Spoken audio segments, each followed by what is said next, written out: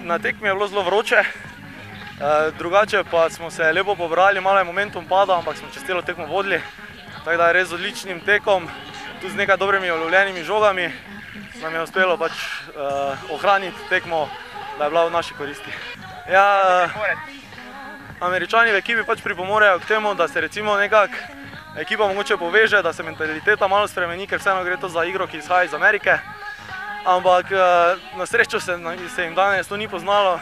Mi smo se dovolj povezali, da smo ohranili trezno glavo, smo ostali z očmi na cilju, kako naj rečemo, in pač zmaga je bila v naši koristi.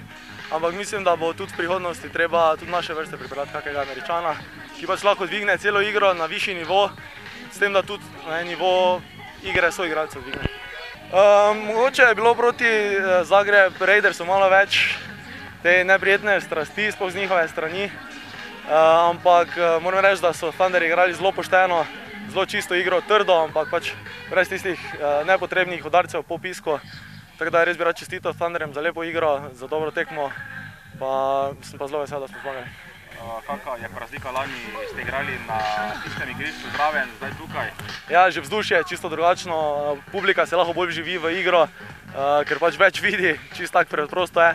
Tudi za nas je malo bolj motiv, ker igramo pač ob vojašnici, ob kadetnici. Ime smo si nadali po generalu Majstru, tako da nekaj je pri tem. Smo pa publiki pomagali tudi s tem, da smo jim razdelili letake, v katerih so razložena osnovna pravila. Tako da, če bilo kdo še ne pozna pravil, ne se bati, vse boste izvedeli tekom ene tekme, tako da vabljeni, da bodo zmage ostale v Mariboru.